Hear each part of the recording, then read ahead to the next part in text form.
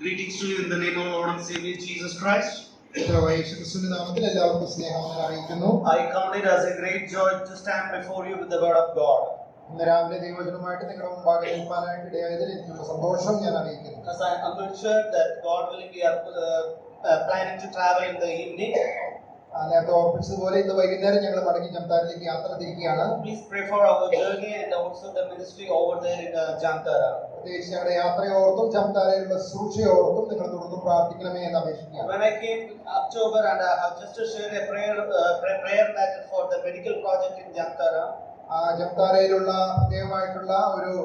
Medical പ്രൊജക്ടിനെ പറ്റിയുള്ള ഒരു പ്രാർത്ഥനാ വിഷയം ഞാൻ കഴിഞ്ഞ ഒക്ടോബറിൽ നിങ്ങൾ ഓർമ്മിച്ചിരുന്നു. We sought out the land and also we have done like a land breaking. അവിടെ അതിനു വേണ്ടിയിട്ടുള്ള ഒരു നല്ല സ്ഥലം കണ്ടെത്തുവാനും ആ സ്ഥലം തിരഞ്ഞെടുക്കുവാനായിട്ട് ദൈവം ഞങ്ങളെ സഹായിച്ചു. Please pray in future there may be a good hospital over there in Jamtara and all the people who are living nearby Jamtara and all the events they may be benefited. അതേപോലെ വെച്ചാൽ അവിടെ എത്രയും പെട്ടെന്ന് ഒരു hospital പണിയുവാനും അവിടെയുള്ള ആളുകൾക്കും സുരക്ഷന്മാർക്കും അതൊരു ആശ്വാസമായി തീരുവാനായിട്ടും തുടർന്നും ആ വിഷയത്തെ ഓർത്ത് പ്രാർത്ഥിക്കാനായിട്ട് അപേക്ഷിക്കുകയാണ്. The reason why we start a new project, medical project, because there is no good hospital over there. അവിടെയുള്ള മെഡിക്കൽ സൗകര്യം വളരെ അധികം പരിമിതമായതുകൊണ്ടാണ് അങ്ങനെ ഒരു ആവശ്യം ഞങ്ങൾ ചെയ്യുവാനായിട്ട് ആഗ്രഹിച്ചത്. Anyway, God's people, you pray for the project that God may bring a good hospital over there. അതുകൊണ്ട് അവിടെ നല്ലൊരു ആശുപത്രി ഉണ്ടാകുവാനായിട്ട് ദൈവജനം പ്രത്യേകമായിട്ട് പ്രാർത്ഥിക്കാനായിട്ട് അപേക്ഷിക്കുന്നു. Yes, anyway, with the limited time, I would like to share a few quotes from the scripture. Let us turn to the epistle of Corinthians, chapter 13, the final verse. അല്പസമയത്ത് ധ്യാനത്തിനായിട്ട് 2 കൊരിന്ത്യർ 13-ാം അധ്യായത്തിലേക്ക് തിരിയാനായിട്ട് ആഗ്രഹിക്കുന്നു. We'll read verse 11 and 14. അതിന്റെ 14 വാക്യങ്ങൾ നമുക്ക് വായിക്കാം. തീർച്ചയ്ക്ക് സഹോദരന്മാരെ, സന്തോഷിപ്പിൻ, യഥാസ്ഥാനപ്പെടുവിൻ, ആശ്വസിപ്പിച്ചുകൊള്ളുവിൻ, ഏകമനസ്സുള്ളവരാകുവിൻ, സമാധാനത്തോടെ ഇരിപ്പിൻ. എന്നാൽ സ്നേഹത്തിന്റെയും സമാധാനത്തിന്റെയും ദൈവം നിങ്ങളോട് കൂടെ ഇരിക്കും. കർത്താവായ യേശുക്രിസ്തുവിന്റെ കൃപയും ദൈവത്തിന്റെ സ്നേഹവും പരിശുദ്ധാത്മാവിന്റെ കൂട്ടായ്മയും നിങ്ങളോടെല്ലാവരോടും കൂടെ ഇരിക്കുമാറാകട്ടെ. We know that this is the epistle which is written by Apostle Paul. പൗലോസിനാൽ എഴുതപ്പെട്ട ലേഖനമാണല്ലോ ഇത്. And Paul wrote his epistle to nearly 7 churches. ഏകദേശം 7 സഭകൾക്ക് പൗലോസ് ലേഖനം എഴുതാനായിട്ട് ഇടയായിട്ടുണ്ട്. And all the epistle that's having a great doctrine. ഈ ലേഖനങ്ങളിലൊക്കെയും ഉപദേശപരമായ വിഷയങ്ങളാണ് നമുക്ക് കാണുവാനായിട്ട് സാധിക്കുന്നത്. But when we think about the Corinthian church, എന്നാൽ കൊരിന്ത്യ സഭയെ കുറിച്ച് നാം മനസ്സിലാക്കുമ്പോൾ they faced a lot of problems. പല പ്രതിസന്ധികളിലൂടെയും കടന്നുപോയ ഒരു സഭയായിരുന്നു കൊരിന്ത്യ സഭ. And even within the church and the believers, they faced a lot of problems, and also even the doctrinal problem they have faced. കൊരിന്ത്യ സഭയ്ക്കുള്ളിലും വിശ്വാസികളുടെ മധ്യത്തിലും ഉപദേശപരമായ വിഷയങ്ങളോടുള്ള ബന്ധത്തിലും അവര് പല പ്രതിസന്ധികളും അഭിമുഖീകരിച്ചുകൊണ്ടിരുന്നു. And the believers or the elders from the Corinthian church, they wrote the letter to Apostle Paul, or they brought the issues to Apostle Paul, and he has given all the answers for their problems. സാഹചര്യത്തിൽ അവർ അഭിമുഖീകരിക്കുന്ന പ്രശ്നങ്ങളെ കുറിച്ച് സഭയിലെ ഉത്തരവാദിത്തപ്പെട്ടവർ പൗലോസുമായിട്ട് ഈ കാര്യം ചർച്ച ചെയ്യുകയും അതിനുള്ള മറുപടിയായിട്ടാണ് ഈ ലേഖനങ്ങൾ എഴുതപ്പെട്ടത് എന്നുള്ളത് നമുക്കറിയാം. And most of the time Apostle Paul admonished all the believers from the Corinthian church. അവിടെയുള്ള വിശ്വാസികളെ അവരുടെ തെറ്റായ കാര്യങ്ങളോടുള്ള ബന്ധത്തിൽ ശാസിക്കുകയും അവർക്ക് ശരിയായ കാര്യങ്ങൾ പറഞ്ഞു കൊടുക്കുകയും പൗലോസ് ആ ലേഖനങ്ങളിലൂടെ ചെയ്തതായിട്ട് നാം കാണുന്നു. We have no time to discuss the problems which this church faced. അവരെ അഭിമുഖീകരിച്ച പ്രശ്നങ്ങളെ കുറിച്ച് ചിന്തിക്കാനായിട്ട് ഇതിനാവിലെ നമുക്ക് സമയമില്ലല്ലോ. But when we come to the final verse, എന്നാൽ ഇതിന്റെ ഒടുവിലത്തെ വാക്യങ്ങളിലേക്ക് നാം കടന്നു വരുമ്പോൾ Apostle Paul gives the greetings and benediction. അവിടെ അവർക്കുള്ള വന്ദനവും അവർക്കുള്ള ആശീർവാദവുമാണ് കാണാനായിട്ട് സാധിക്കുന്നത്. Even though they face a lot of doctrinal issues, പല ഉപദേശപരമായ പ്രശ്നങ്ങളും പ്രതിസന്ധികളും അവർ അഭിമുഖീകരിച്ചെങ്കിൽ തന്നെയും Apostle Paul has given the severe action for that. അതിനുള്ള പരിഹാര മാർഗങ്ങളൊക്കെ പൗലോസ് നിർദ്ദേശിച്ചു കഴിഞ്ഞു. But still he was encouraging with the beautiful verses which we have read. എന്നാൽ ഒടുവിലായിട്ട് അവരെ ഈ വാക്കുകൾ പറഞ്ഞ് അവരെ ധൈര്യപ്പെടുത്തുകയും പ്രോത്സാഹിപ്പിക്കുകയും ചെയ്തതായിട്ട് കാണാനായിട്ട് സാധിക്കുന്നു. Apostle Paul begins with the word finally, brethren. അവിടെ ഒടുവിലായിട്ട് സഹോദരന്മാരെ എന്ന് പറഞ്ഞുകൊണ്ടാണ് ആ വാക്യം ആരംഭിക്കുന്നത്. I told you Apostle Paul has talked severely with these believers. ഈ വിശ്വാസികളോട് വളരെ ശക്തമായിട്ട് താക്കീതായിട്ട് പൗലോസ് പല കാര്യങ്ങൾ ഓർപ്പിക്കാനായിട്ട് ഇടയായിട്ടുണ്ട്. He has given the stormy message to the believers. വളരെ ശക്തമായ ഉപദേശ സത്യങ്ങള് അവരെ അറിയിക്കുവാനായിട്ട് ഇടയായിട്ടുണ്ട്. But he ends with the calm statement. എന്നാൽ വളരെ ശാന്തമായിട്ട് ചില വാക്കുകൾ പറഞ്ഞുകൊണ്ട് തന്റെ ലേഖനം പൗലോസ് അവസാനിപ്പിക്കുകയാണ്. Finally, brother, ഒടുവിൽ സഹോദരന്മാരെ, what do you need to do? എന്താണ് നിങ്ങൾ ചെയ്യുവാനായിട്ടുള്ളത്? Here in English it has been written farewell. അവിടെ ഒരു യാത്രയപ്പ് നൽകുന്ന ആ ഒരു ചിന്തയോട് കൂടിയാണ് ആ വാക്ക് എഴുതിയിരിക്കുന്നത്. But in Malayalam or else in the original text it is clearly mentioned rejoice. എന്നാൽ മലയാളത്തിലും മറ്റു ചില ഭാഷകളിലും സന്തോഷിപ്പിൻ എന്ന് തന്നെയാണ് അവിടെ ഉപയോഗിച്ചിരിക്കുന്നത്. You believe, you rejoice. സന്തോഷിപ്പിൻ. I know that you have faced a lot of problems. നിങ്ങൾ പല പ്രതിസന്ധികളിലൂടെ കടന്നു പോകുമെന്നുള്ളത് മനസ്സിലാക്കുന്നു. I have given the answers. ഞാൻ അതിനുള്ള പരിഹാരങ്ങൾ നിർദ്ദേശിച്ചിട്ടുണ്ട്. But even though you face a lot of problems, നിങ്ങൾ പല പ്രതിസന്ധികൾ അഭിമുഖീകരിക്കുന്നെങ്കിൽ തന്നെയും, even though I have talked severely to you, ഞാൻ നിങ്ങളോട് വളരെ ശക്തമായിട്ട് നിങ്ങളോട് ആ കാര്യങ്ങളൊക്കെയും അറിയിച്ചിട്ടുണ്ടെങ്കിൽ തന്നെയും, but do one thing. ഒരു കാര്യം ചെയ്യുക, You rejoice. സന്തോഷിക്കുക. That is the must in our life. അത് വളരെ അത്യാവശ്യമായിട്ടുള്ള ഒരു കാര്യമാണ്. When we take the book of Philippians, ഫിലിപ്പിയ ലേഖനം എഴുതുമ്പോൾ വായിക്കുമ്പോൾ Apostle Paul filled with the joy even though he was there in the prison. ആ കാരാഗൃഹത്തിലായിരിക്കുമ്പോൾ തന്നെ പൗലോസ് സന്തോഷം കൊണ്ട് നിറയുകയാണ്. And he's expounding his joy to the believers who are living in the outside. ആ പുറത്തേക്ക് ജീവിക്കുന്ന വിശ്വാസികളെ ആ സന്തോഷത്തിൽ ജീവിക്കുവാനായിട്ട് പൗലോസ് അവരെ ആഹ്വാനം ചെയ്യുന്നതായിട്ട് കാണാൻ. And he said there is a joy in prayer. അവരോട് പറയുകയാണ് പ്രാർത്ഥനയിൽ സന്തോഷമുണ്ട്. And he said there is a joy in suffering. ആ കഷ്ടതയിൽ സന്തോഷമുണ്ട് എന്ന് അവർ ഓർപ്പിക്കുന്നു. And there is a joy in proclaiming the gospel. സുവിശേഷം അറിയിക്കുന്നതിൽ സന്തോഷമുണ്ട്.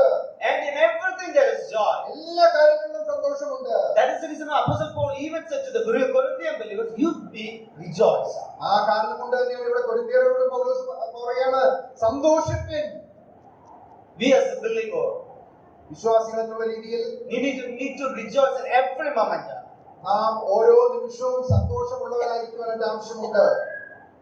Because we have a great God. നമുക്കൊരു വലിയവനായ ഒരു ദൈവമുണ്ട്. The way how Apostle Paul encouraged the Philippian believers, ആ പൗലോസ് എപ്രകാരം ഫിലിപ്പിയിലുള്ള വിശ്വാസികളെ അവരെ പ്രോത്സാഹിപ്പിച്ചുവോ, the Corinthian believers, കൊരിന്ത്യയിലുള്ള വിശ്വാസികളെ എങ്ങനെ ധൈര്യപ്പെടുത്തിയോ, we also need to rejoice in every moment. ഓരോ നിമിഷവും നാമും സന്തോഷിക്കുവാനായിട്ട് ആവശ്യമുണ്ട്. In our prayer, നമ്മുടെ പ്രാർത്ഥനാ ജീവിതത്തിൽ, in our suffering, നമ്മുടെ കഷ്ടതയിൽ, and in our proclaiming the gospel, സുവിശേഷം പ്രസ്താവിക്കുന്ന കാര്യത്തിൽ, in every moment, ഓരോ നിമിഷത്തിലും we need to rejoice. നാം സന്തോഷിക്കുവാനായിട്ട് ആവശ്യമുണ്ട്. And yesterday I have just saw like a WhatsApp status. ഇന്നലെ ഞാൻ വാട്സാപ്പിൽ കണ്ട ഒരു സന്ദേശം About a person called like Benny Prasad. Benny Prasad എന്ന് പറയുന്ന ഒരു വ്യക്തിയെ കുറിച്ചാണ് ഞാൻ അത് വായിച്ചത്. And I just want to know about this particular person. Then I have just went to the Wikipedia about this person. ഈ വ്യക്തിയെ കുറിച്ച് കൂടുതലായിട്ട് അറിയാനായിട്ട് ഞാൻ പരിശോധിച്ചപ്പോൾ, At the age of 16, he was attempted to do the suicide. 16-ാമത്തെ വയസ്സിൽ ആത്മഹത്യക്ക് വേണ്ടി ശ്രമിച്ച ഒരു വ്യക്തിയായിരുന്നു. But somehow God talked to him. എന്നാൽ ദൈവം തന്നോട് സംസാരിച്ചു. And then he was the only person who has traveled nearly to 256 countries. 256 countries. 256-ഓളം രാജ്യങ്ങൾ സന്ദർശിച്ച ഒരു വ്യക്തിയായിട്ടാണ് മനസ്സിലാക്കുന്നത്. It is not just for business purpose. തന്റെ വ്യക്തിപരമായ ജോലി കാര്യങ്ങൾക്ക് വേണ്ടിയിട്ടല്ല, but only just to share the word of God to all the nations. എന്നാൽ എല്ലാ സ്ഥലങ്ങളിലും പോയി സുവിശേഷം അറിയിക്കുവാനായിട്ടാണ് താൻ അങ്ങനെ യാത്ര ചെയ്തത്. And many videos about this person was there in the YouTube. ഈ ദൈവത്തെ കുറിച്ചുള്ള അനേക വീഡിയോസ് യൂട്യൂബിൽ കാണുവാനായിട്ട് സാധിച്ചു. And he's like from other denomination like AG Church, I think. മറ്റൊരു സഭാവിഭാഗത്തിൽ നിന്നുള്ള ഒരു വ്യക്തിയാണ്. But a person who suffered a lot, കർത്താവിന് വേണ്ടി വളരെ കഷ്ടത അനുഭവിച്ച ഒരു വ്യക്തി, accepted the Lord Jesus Christ, കർത്താവായ യേശുക്രിസ്തുവിനെ സ്വന്തം രക്ഷിതാവായി സ്വീകരിച്ചു, then decided to proclaim the gospel. സുവിശേഷം അറിയിക്കുവാനായിട്ട് താൻ തീരുമാനം ചെയ്തു. What I want to say is there is a joy in proclaiming the gospel. സുവിശേഷം പ്രസ്താവിക്കുന്നതിൽ സന്തോഷമുണ്ട്. Rejoice and proclaim the gospel. സന്തോഷത്തോടുകൂടെ സുവിശേഷം അറിയിക്കുവാനായിട്ട് ആവശ്യമുണ്ട്. That's what Apostle Paul says. അതാണ് ഇവിടെ പൗലോസ് ഓർപ്പിക്കുന്നത്. You rejoice. സന്തോഷിപ്പിൻ in every situation. എല്ലാ സാഹചര്യങ്ങളിലും. And second thing in the same words, രണ്ടാമത്തെ കാര്യം അവിടെ കാണുന്നത്, it's been mentioned that become complete. അവിടെ നാം കാണുന്നത് യഥാസ്ഥാനപ്പെടുവിൻ എന്നുള്ളതാണ്. Be perfect. പൂർണ്ണരായിരിക്കും. Be perfect. പൂർണ്ണതയിലായിരിക്കുക. Be as Christian. ദൈവമക്കൾ എന്നുള്ള രീതിയിൽ face a lot of problems. problems. നാം അനേക പ്രതിസന്ധികൾ അഭിമുഖീകരിക്കാൻ സാധ്യതയുണ്ട്. And believers who are going, or the evangelist who is going for the ministry or sharing the word of God, സുവിശേഷമായിട്ട് സുവിശേഷകന്മാർ അല്ലെങ്കിൽ മറ്റുള്ളവർ പുറത്തേക്ക് പോകുമ്പോൾ is being beaten. ആ ഉപദ്രവം ഏൽക്കേണ്ടി വന്നേക്കാം. Nowadays we have seen the news. ഈ നാളുകളിൽ നാം അങ്ങനെയുള്ള വാർത്തകൾ കേട്ടുകൊണ്ടിരിക്കുകയാണല്ലോ. But they are just they are not rejecting the gospel. അവര് സുവിശേഷത്തെ തള്ളിക്കളയുക മാത്രമല്ല, Even now they are sharing the word of God. അവരിപ്പോഴും സുവിശേഷം വീണ്ടും വീണ്ടും പങ്കുവെച്ചുകൊണ്ടേയിരിക്കുകയാണ്. The reason, എന്താണ് അതിന്റെ പുറകിലുള്ള കാരണം? they want to be a complete people, perfect people. ആ രീതിയിലെ ഒരു പരിപൂർണതയിലേക്ക് വരുവാനായിട്ട് അവർ ആഗ്രഹിക്കുകയാണ്. But it may not be possible for us because we are just having just a neutral body. നമുക്ക് നമ്മുടെ ഈ ശരീരത്തിൽ നമുക്ക് അത് എത്രത്തോളം സാധിക്കുമെന്നുള്ളത് നമുക്ക് അറിഞ്ഞുകൂടാ. There are a lot of ups and downs. നമുക്കറിയാം ഈ ജീവിതത്തിൽ നമുക്ക് ഉയർച്ച താഴ്ചകളുണ്ട്. But we need to reach a goal. എന്നാൽ ദൈവത്തിന്റെ സന്നിധിയിൽ ഒരു നാൾ നമ്മൾ എത്തുവാനായിട്ടുള്ളവരാണ്. That's the reason why even Apostle Paul says, അതുകൊണ്ടാണ് പൗലോസും ഓർപ്പിക്കുന്നത്, I want to reach the goal.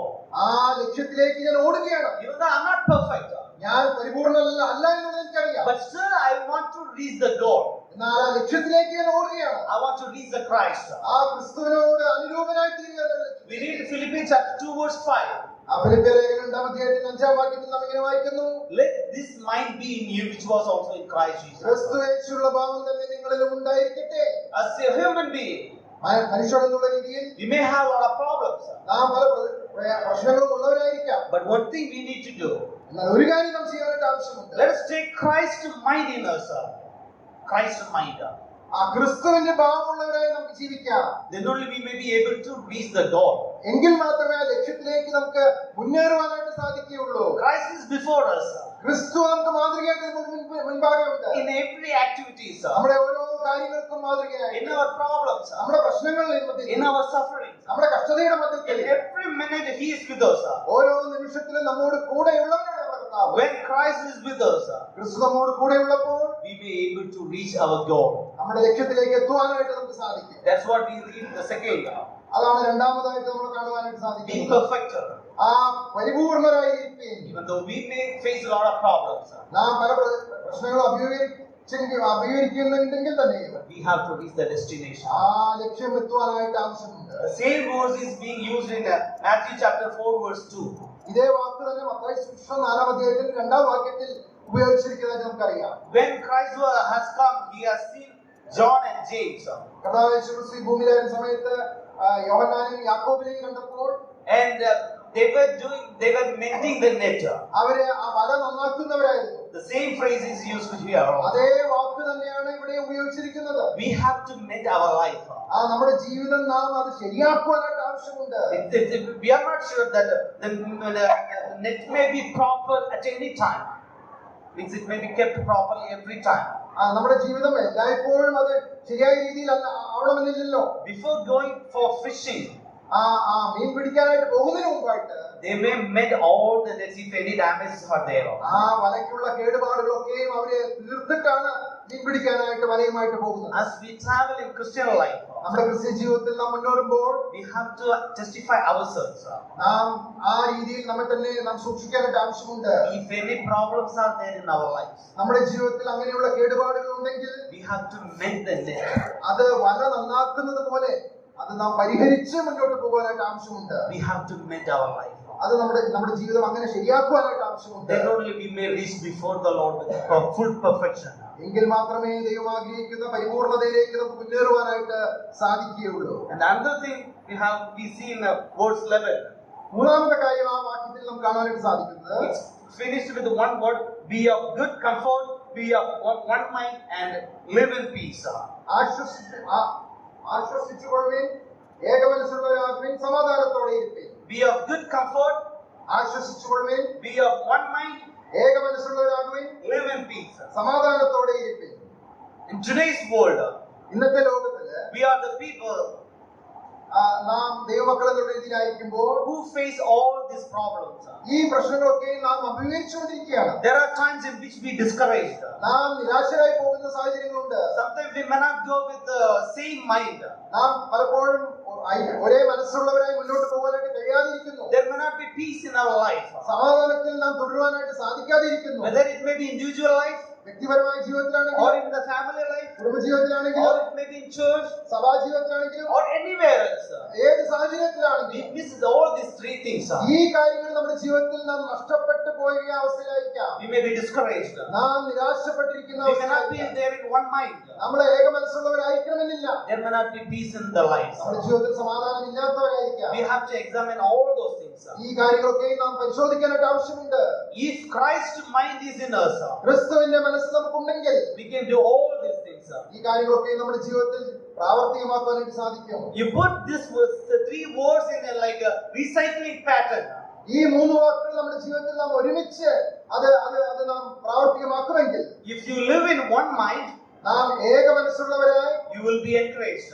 നാം ആശ്വസിച്ചുകൊള്ളും. Then you will be living a peace of life. അങ്ങനെയെങ്കിൽ നമുക്ക് സമാധാനത്തോടെ ജീവിക്കാനായിട്ട് സാധിക്കും. Live in one mind, ഏക മനസ്സുള്ളവരായി you will ജീവിക്കുക. be encouraged. നിങ്ങൾക്ക് ആശ്വാസം ലഭിക്കും. Then there will be a peace in our family life, നമുക്ക് കുടുംബജീവിതത്തിൽ സമാധാനം ഉണ്ടാകും. individual life, വ്യക്തിപരമായ ജീവിതത്തിൽ സമാധാനം and in ഉണ്ടാകും. our church there will be peace, സഭാജീവിതത്തിലും സമാധാനം ഉണ്ടാകും. and everything may go smoothly. എല്ലാ കാര്യങ്ങളും സമാധാനത്തോടെ മുന്നോട്ട് പോകാനായിട്ട് We need to be rejoiced. നാം സന്തോഷിക്കാനായിട്ട് ആവശ്യമുണ്ട്. We need to be perfected even though we face a lot of failures. ആ പല പരാജയങ്ങൾ നമ്മുടെ ജീവിതത്തിൽ ഉണ്ടെങ്കിലും വീണ്ടും യഥാസ്ഥാനപ്പെട്ട് നാം മുന്നോട്ട് പോകാനായിട്ട് ആവശ്യമുണ്ട്. And we have to be encouraged. നാം അന്യോന്യം ആശ്വസിപ്പിക്കുവാനായിട്ട് ആവശ്യമുണ്ട്. We have to live in one mind. ഏക മനസ്സുള്ളവരായി ജീവിക്കുവാൻ ആവശ്യമുണ്ട്. And then only there will be peace in our life. എങ്കിൽ മാത്രമേ ആ സമാധാനം നമ്മുടെ ജീവിതത്തിൽ അനുഭവിക്കാനായിട്ട് സാധിക്കുകയുള്ളൂ. With that, Apostle Paul adds one more thing. അതിനോട് പൗലോസ് ഒരു കാര്യം കൂടി ചേർത്ത് പറയുകയാണ്. In English Bible it is mentioned and. അവിടെ ആൻഡ് എന്ന വാക്ക് ഉപയോഗിച്ചിട്ടാണ് പറയുന്നത്. But actually it should be then.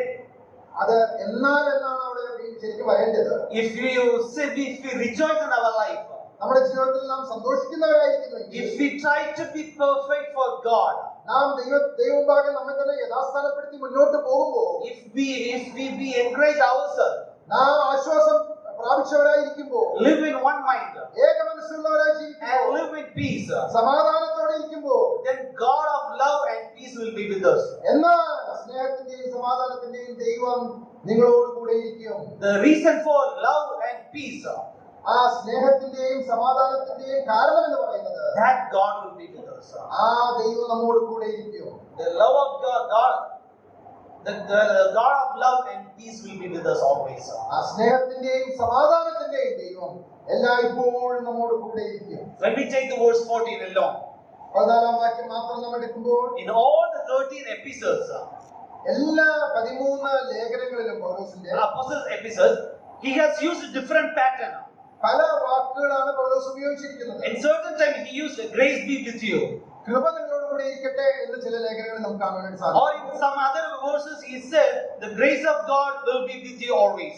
മറ്റു ചില ലേഖനങ്ങളിൽ ദൈവത്തിന്റെ കൃപ നിങ്ങളോടുകൂടി ഇരിക്കട്ടെ എന്ന് നമുക്ക് കാണാനായിട്ട് സാധിക്കും. But whereas 2 Corinthians chapter 13 verse 14, എന്നാൽ ഈ 2 കൊരിന്ത്യർ 13 അധ്യായത്തിന്റെ ഒടുവിലത്തെ വാക്യത്തിൽ totally different from all other verses.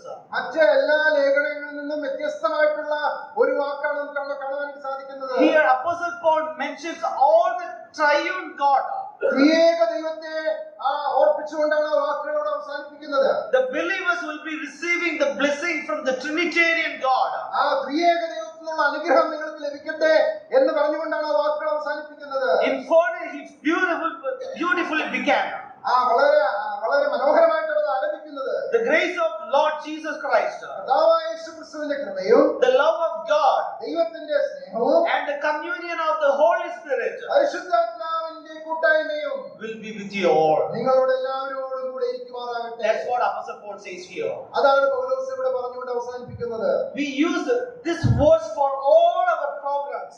നമുക്കറിയാം, നാം പല ശുശ്രൂഷകളുടെയും ഒടുവിൽ ആശീർവാദം പറഞ്ഞ് അവസാനിപ്പിക്കുന്ന വാക്കുകളാണിത്. Whether it may be cottage meeting, ഒരുപക്ഷെ നമ്മുടെ ഭവന പ്രാർത്ഥനയാണെങ്കിലും, or church meeting, അതല്ല സഭായോഗങ്ങളാണെങ്കിലും, or wedding, അതല്ല വിവാഹ ശുശ്രൂഷയാണെങ്കിലും, or funeral, അതല്ല സംസ്കാര ശുശ്രൂഷകളാണെങ്കിലും, we know that God will be with us always. ദൈവം നമ്മോട് കൂടെ എല്ലായ്പ്പോഴും ഉണ്ട് എന്നുള്ള വാക്ക് പറഞ്ഞുകൊണ്ടാണ് നമ്മൾ അവസാനിപ്പിക്കുന്നത്. But Apostle Paul beautifully mention over here. എന്നാൽ പൗലോസ് ഇവിടെ മനോഹരമായിട്ട് ആ വാക്കുകൾ ഓർപ്പിക്കുകയാണ്. The grace of Lord Jesus Christ. കർത്താവായ യേശുക്രിസ്തുവിന്റെ കൃപ. If we take about the word grace, ആ കൃപയെക്കുറിച്ച് നാം ചിന്തിക്കുമ്പോൾ we live with the God's grace. ദൈവത്തിന്റെ കൃപയാലാണ് ഓരോ ദിവസവും നാം ജീവിക്കുന്നത്. As Uncle said, നാം നേരത്തെ ഓർത്തതുപോലെ അന്നേ മരിച്ചു പോയെങ്കിൽ, അന്നേ മരിച്ചു പോയിരുന്നെങ്കിൽ, if I would have died the days, അന്ന് ഞാൻ ദൈവത്തോട് അടുക്കുന്നതിന് മുമ്പേ ഞാൻ മരിച്ചു പോയിരുന്നെങ്കിൽ, whether it may be physical life or spiritual life, എന്റെ ആത്മീയ ജീവിതത്തോടുള്ള ബന്ധത്തിലാണെങ്കിലും എന്റെ ശാരീരികമായ ജീവിതത്തോടുള്ള ബന്ധത്തിലാണെങ്കിലും, one thing we are sure that we live today. ഒരു കാര്യം നമുക്ക് ഉറപ്പാണ്, ഞാൻ ഇന്ന് ജീവനോടെ ഇരിക്കുന്നു. It's because of the grace of God. ദൈവത്തിന്റെ കൃപ മാത്രമാണ്. That is the reason why I'm here. അതുകൊണ്ടാണ് ഞാൻ ഇന്നിവിടെ ആയിരിക്കുന്നത്. We have to examine ourselves. നാം നമ്മെ തന്നെ ശോധന ചെയ്യുവാനായിട്ട് ആവശ്യമുണ്ട്. What can I do for this God? ഈ ദൈവത്തിന് വേണ്ടി നമുക്ക് എന്ത് ചെയ്യാനായിട്ട് സാധിക്കും? With His grace, He saved me. ആ കൃപയാലാണ് ദൈവം എന്നെ രക്ഷിച്ചത്. What am I going to do for Him? ഞാൻ കർത്താവിന് വേണ്ടി എന്ത് ചെയ്യാനായിട്ട്? The love of God. ദൈവത്തിന്റെ സ്നേഹം. Because of His love. ആ സ്നേഹത്തിന്റെ കാരണത്താൽ, like the fatherly love, ആ സ്നേഹവാനായ പിതാവ് He sent His only begotten Son to save us. തന്റെ ഏകജാതനായ പുത്രനെ നമ്മെ രക്ഷിക്കുവാനായിട്ട് ഈ ഭൂമിയിലേക്ക് അയച്ചു. What am I going to do for this God? ഈ ദൈവത്തിന് വേണ്ടി ഞാൻ എന്ത് ചെയ്യാനായിട്ട് സാധിക്കും? And the communion of the Holy Spirit. പരിശുദ്ധാത്മാവിന്റെ കൂട്ടായ്മ. In every moment, ഓരോ നിമിഷവും the fellowship of God is always with us. Holy Spirit. ആ പരിശുദ്ധാത്മാവിന്റെ കൂട്ടായ്മ എല്ലായ്പ്പോഴും നമ്മോട് കൂടെയുണ്ട്. Whether I be here, ഞാൻ ഇവിടെ ആയിരിക്കുമ്പോഴും, outside, ഞാൻ പുറത്തായിരിക്കുമ്പോഴും, in my what time, എന്റെ ജോലിയുടെ സമയത്തും, every time, എല്ലാ സമയത്തും let us remember നാം ഒരു കാര്യം ഓർക്കാനായിട്ട് ആവശ്യമുണ്ട്. the grace of the Lord Jesus Christ, കർത്താവായ യേശുക്രിസ്തുവിന്റെ കൃപയും, the love of God, ദൈവത്തിന്റെ സ്നേഹവും, and the communion of the Holy Spirit പരിശുദ്ധാത്മാവിന്റെ കൂട്ടായ്മയും will be with us always. നമ്മളോട് എല്ലായ്പ്പോഴും ഇരിക്കുമാറാകട്ടെ. Even though Apostle Paul spoke to the believers at Corinth harshly, ആ കൊരിന്ത്യയിലുള്ള വിശ്വാസികളോട് വളരെ ശാസനായ രൂപത്തിലാണ് പൗലോസ് സംസാരിച്ചതെങ്കിൽ തന്നെ, based on the doctrine that they faced, the problem that they faced, അവർ അഭിമുഖീകരിച്ച പ്രശ്നങ്ങളോടുള്ള ബന്ധത്തിലാണ് അങ്ങനെ സംസാരിക്കേണ്ടി വന്നതെങ്കിൽ തന്നെയും, but still he was giving the encouragement words toward the believers. എന്നാൽ ആ വിശ്വാസികളെ ആശ്വസിപ്പിച്ചുകൊണ്ട് ധൈര്യപ്പെടുത്തിക്കൊണ്ടാണ് ഈ വാക്കുകൾ അവസാനിപ്പിക്കുന്നത്. You be rejoiced, സന്തോഷിച്ചുകൊള്ളുകയും, you be perfect, യഥാസ്ഥാനപ്പെട്ടുകൊള്ളുകയും, be encouraged, ആശ്വസിച്ചുകൊള്ളുകയും, be of one mind, ഏക മനസ്സുള്ളവരായി live in peace. സമാധാനത്തോടെ When ഇരിക്കുകയും. you do all these things, ഈ കാര്യങ്ങളെല്ലാം നിങ്ങൾ ചെയ്യുമ്പോൾ the God of love and peace will be with us always. സ്നേഹത്തിന്റെയും സമാധാനത്തിന്റെയും ദൈവം നിങ്ങളോട് കൂടെയിരിക്കും. Especially the triune God will be always with us. ആ ത്രിയേക ദൈവം നിങ്ങളോട് കൂടെയിരിക്കും. What a words Apostle Paul talked to the believers at Corinth. എത്ര അനുഗ്രഹിക്കപ്പെട്ട വാക്കുകളാണ് ഇവിടെ പൗലോസ് കൊരിന്ത്യയിലുള്ള വിശ്വാസികളെ ഓർപ്പിക്കുന്നത്. Let us same way examine ourselves also. ഇതേ രീതിയിൽ തന്നെ നമ്മെ തന്നെ നമുക്കൊന്ന് പരിശോധിക്കാം. If we are not rejoiced, നാം സന്തോഷിക്കുന്നവരല്ലെങ്കിൽ we will rejoice. നാം സന്തോഷിക്കാനായിട്ട് ആവശ്യമുണ്ട്. We will try to be complete for God. ആ ദൈവഭാഗ്യം നമ്മെ തന്നെ യഥാസ്ഥാനപ്പെടുത്തി മുന്നോട്ട് പോകാനായിട്ട് ആവശ്യമുണ്ട്. Let us be encouraged. ആശ്വാസം അനുഭവിക്കുന്നവരായി At the same time, we should be encouraging even others too. മറ്റുള്ളവരെ നാം ആശ്വസിപ്പിക്കാനായിട്ട് ആവശ്യമുണ്ട്. And let us live with one mind. ഏക മനസ്സുള്ളവരായി നമുക്ക് ജീവിക്കാം. Let us live with the peace. സമാധാനത്തോടെ നമുക്ക് ജീവിക്കാം. Because God of love and peace is always with us. സ്നേഹത്തിന്റെയും സമാധാനത്തിന്റെയും ദൈവം നമ്മോട് കൂടെ ഇരിക്കുന്നു. Makes Him be glorified. ദൈവം നാം വാഴ്ത്തപ്പെടുമാറാകട്ടെ.